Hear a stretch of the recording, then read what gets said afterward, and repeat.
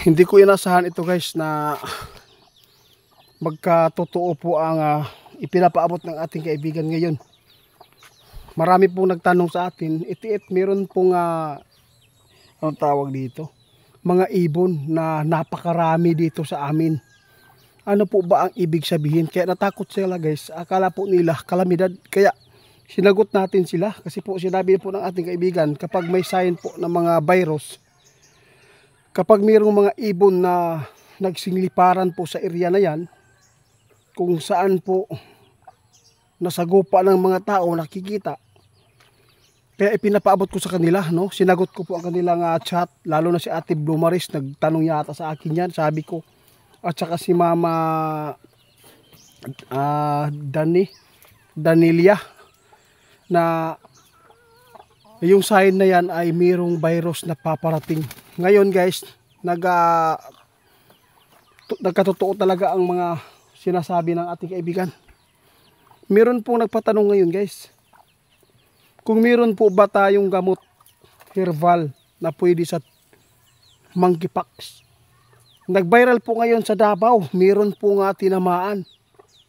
Kaya dapat mapanood po nyo ito kasi po meron pong babala si kaibigan, ay napakadelikado pala yan kapag yan ang dumapo sa tao.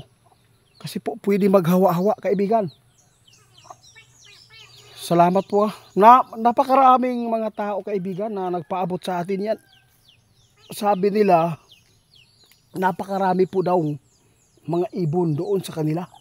Kaya yun ang sinabi mo noon, kapag may mga sign po ng virus, kapag yung ibon ay dumadami, nagsingliparan dyan sa area ninyo, may paparating po na virus. Yun po ang ipinapaabot po natin.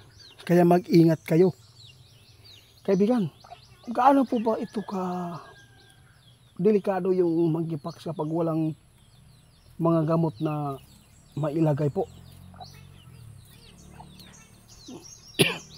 Guys, sabi ng ating kaibigan, mas maganda po magpa-check up agad ng doktor.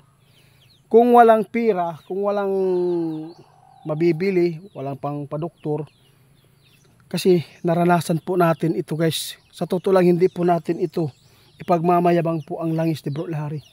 Kasi yung sugat, kahit gaano pa yan kalaki yung sugat guys, no? Sa totoo lang, gumagaling. Kaya yung langis na nakuha po ninyo, pwede po ninyo yan panlaban sa monkeypox. Ilalagay lang po niyo, ipapahid lang po ninyo yan sa balat ninyo para po ay hindi po dumami at mapapatay niya. Yun lang po ang aming maipagbigay sa inyo na mga herbal po. Dapat magpa-check up kayo ng doktor. Kapag wala talagang kagalingan, gagamitan po ninyo ng langis. Try nyo po, balikan nyo po kami kung hindi po totoo ang aming sinasabi. Marami na po akong nabigyan nito na gumaling, lalo na yung mga sugat, lalo na yung almoranas nila. Gumaling po talaga. Pinapahira lang at saka yung guiter. Kaya salamat po sa inyo kaibigan. Ito po ang mga sign sa lahat po na makapanood sa atin, paki-share na lang, no? Ang mga sign po, kung nakakita kayo ng mga ibon sa area nyo, napabalik-balik na sobrang dami, nagsingliparan dyan sa area ninyo, ibig sabihin yan, mayroon mga virus na paparating. Yun po ang sinasabi ng ating kaibigan. Hindi po tayo nagkakamali sa mga nag-chat po sa amin na ipatanong, at saka may nag-chat din po na taga ibang bansa, napakarami po daw doon ng mga ibon na nagdagsaan sa kanila. Kaya ito po yung sagot natin Sabi ng ating kaibigan noon ay, ano kaibigan?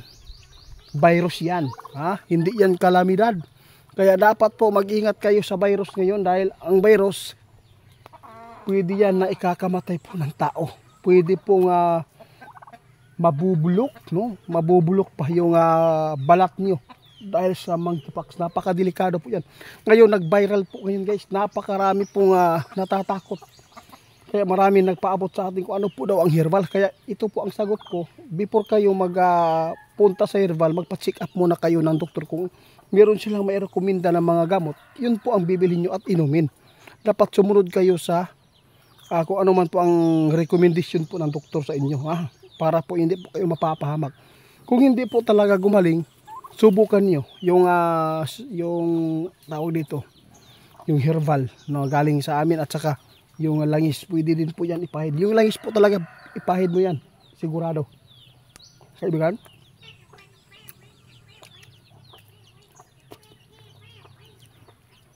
alam po nyo guys, sinulaan po itong ating kaibigan din noon, noong 2024, no, na meron talaga na magaganap na mga virus pa dito sa ating bansa. Kaya parang lumalapit dito sa amin yung guys, monkeypox, no?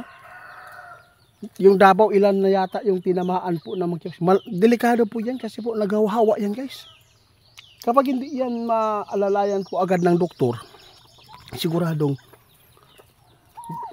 dadapo yan sa balat ninyo na mapupuno ang pula-pula na may mga parang bungang singot, no? Posible itong magdulot ang inyong balat na pwede magtubig at saka pabulok, malata ba? Bunay pinakadelikado, bugid ang delikado ka ni kaibigan din. Noong ipinapaabot po nila, kaya sinasagot po natin yung iba kung sino man po yung magtatanong pa kung ano po ang mga sign. Basta ito po, kapag mayroon po mga ibon na dumadami, no? Ngayon sa saang lugar po ninyo makikita, ibig sabihin yan mga sakit po yan na darating po sa atin. Okay. O mag-ingat po kayo dahil po napakadelikado po yung sakit ngayon. Lalo na ang ating klima, iba po. Ikumpara natin noon. Ang init natin ngayon, alas 8, parang nasa alas 10 na ang init. Kahit alas 8 pa lang. Kaya dapat po talaga mag-ingat tayo. Huwag po tayo magpabaya sa ating katawan. Kahit po ay ito ay kaya po ng doktor, dahil po sa tiwala po nyo sa amin, ipinapaabot din po nila sa amin guys. Kaya natugunan po natin dahil po natakot po sila. Sabi po nila, itiit, malapit na po dito sa atin Sabi nila. Kasi yung iba nag-chat-chatin taga Cotabato, kasi nasa Davao po ngayon, marami po ng tinatamaan ng monkeypox. Kaya dapat talaga maghanda tayo. Huwag lang po tayong magpasobra po ng kain ng mga manok. Kasi yung manok, delikado din po nung lagi kang kumakain niya, lalo na yung mga mga fried diha. Ayaw kinukubya sa siga na mas maayaw pa nag-isda mo diha o gulay ka na yun. Para dili mo diretso na madapuan o mga virus. Kaibigan, salamat po ha. Tandaan nyo, kung meron kayong makikita, sabi ng ating kaibigan na mga ibon dyan, ibig sabihin yan, may paparating na virus, sakit. Yun po ang totoo.